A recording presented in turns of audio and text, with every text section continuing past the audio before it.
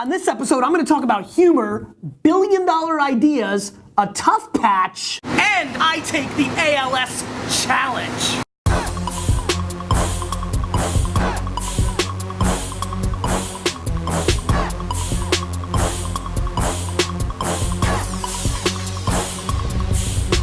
What's up, everybody? This is Gary Vaynerchuk, and this is episode 9 of the Ask Gary V show. Fun fact about the number 9. The number 9 is John Hall's number, the pot-smoking wild kicker of the late 90s, early 2000 New York Jets.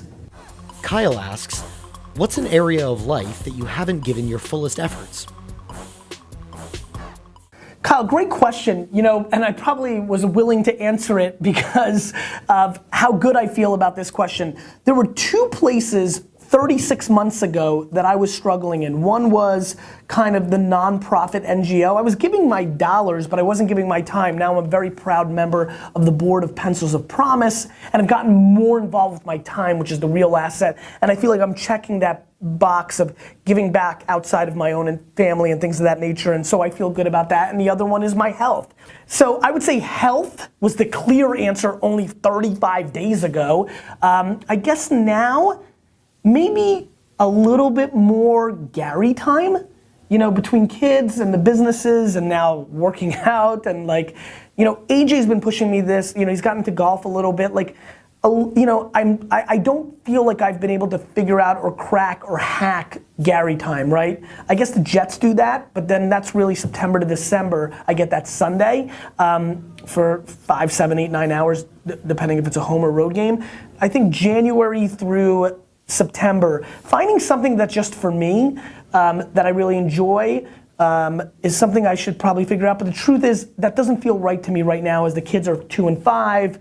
I want to kind of allocate to that, the health. I'm just prioritizing other stuff. Hopefully in the next 2 or 3 years, Gary time. Shai asks, how does humor play a role in business? Shai, this is a really great question, and you've been known to ask me great questions. Oh, you thought I forgot about WeWork? I actually think it plays a role, but I would say it plays a role in the way that it plays a role in all of life. Humor happens to be one of the most attractive personality traits. I mean, look at the tragic events of this week of Robin Williams, the enormous emotion and outcry and sadness and feelings that have come from the American public. Shows you how much a comedian can get very deeply ingrained in the world, and he was one of those greats. I honestly use humor. I mean, a lot of you watch my keynotes. I like to fancy and think that a lot of my keynotes take on a stand-up comedy routine. I find myself having the ability to drive difficult HR conversations and selling things through to clients or to the general public by leveraging humor. I think humor is an enormously attractive trait that is a very important part of business, but no more important than the other things that people are very attracted to in others, which is caring and empathy, self-awareness, gratitude, kindness, beauty. It's just another core tenet that if you've got it, use it. Mike asks, is Jab, Jab, Jab, Right Hook coming out in audiobook form? Mike, I've been dodging this question on Twitter for months, so congratulations for penetrating episode 9. The answer is, I was supposed to do it in December of last year, January. I kind of lollygagged. The 2 full days in the kind of booth just became unpractical because VaynerMedia is exploding. And so, all right, I've been watching this guy. I've been watching you, Eitan.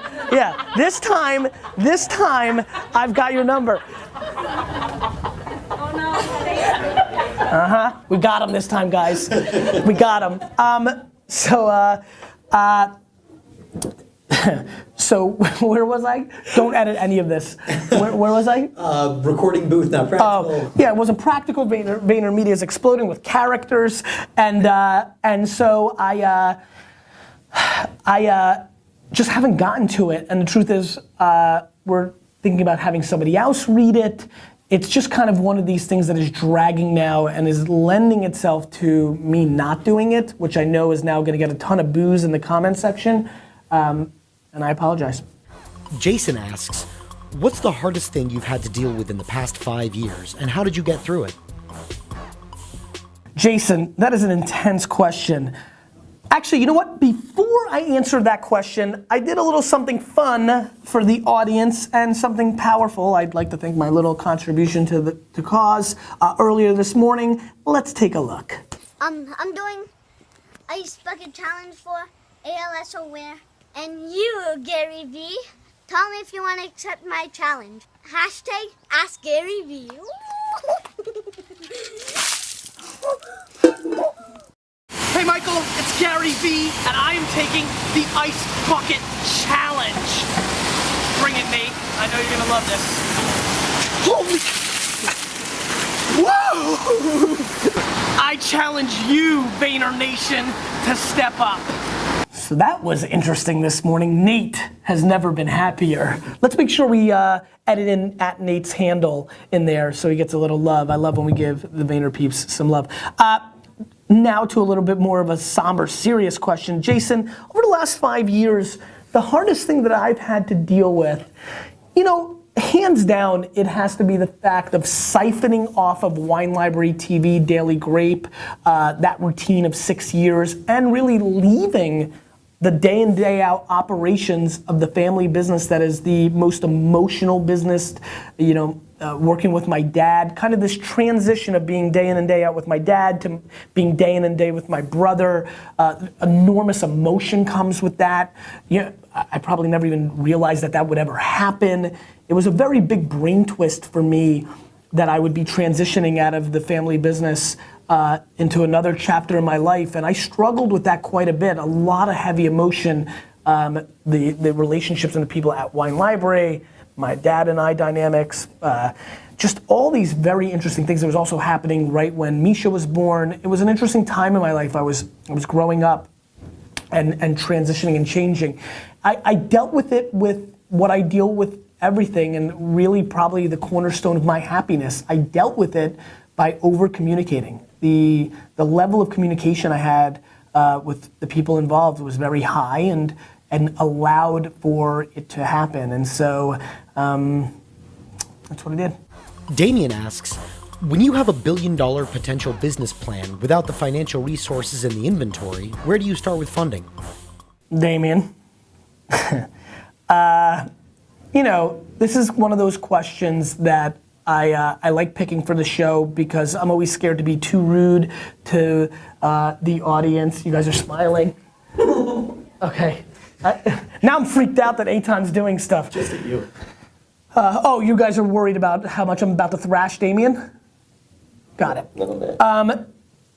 Damien, the answer to that question is very simple. Like, we're in a bubble of financing right now. There are people that would finance this venture just on idea. It's happened. People come in with a deck, they have nothing. People give them money for a piece of the business and they go and do it. That's your only option. I mean, there's nothing else practical. I mean, you know, anytime somebody sets up a question of, the amount of time, do you know how many people have emailed me with the title, about to help you buy the New York Jets, or Gary, open this email and you will buy the New York Jets, or I'm gonna help you buy the New York Jets. And the next line is, hey Gary, a fan of your work, I have $1 billion idea.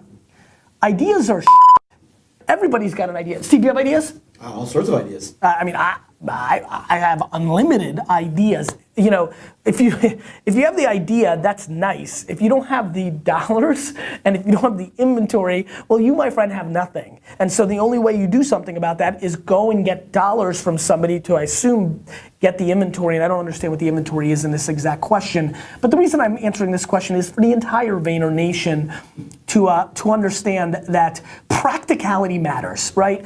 Passion, which I'm loaded with, is great, right? Ideas transcend the world, great, agreed.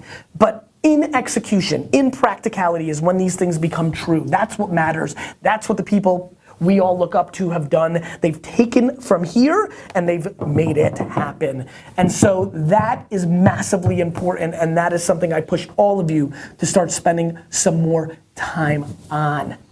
Question of the day for episode 9.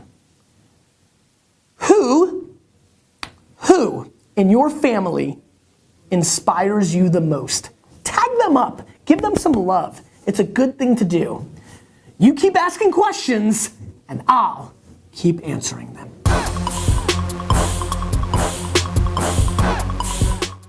On this episode, I'm gonna chase that employee that's f***ing with me. Outtake. Secretly, I think the reason I'm even doing this show is because I realize I'm in the midst of this health transformation, and I'm kind of excited to watch me transform into the Incredible Hulk over the course of the next couple of years. Oh yeah, subscribe!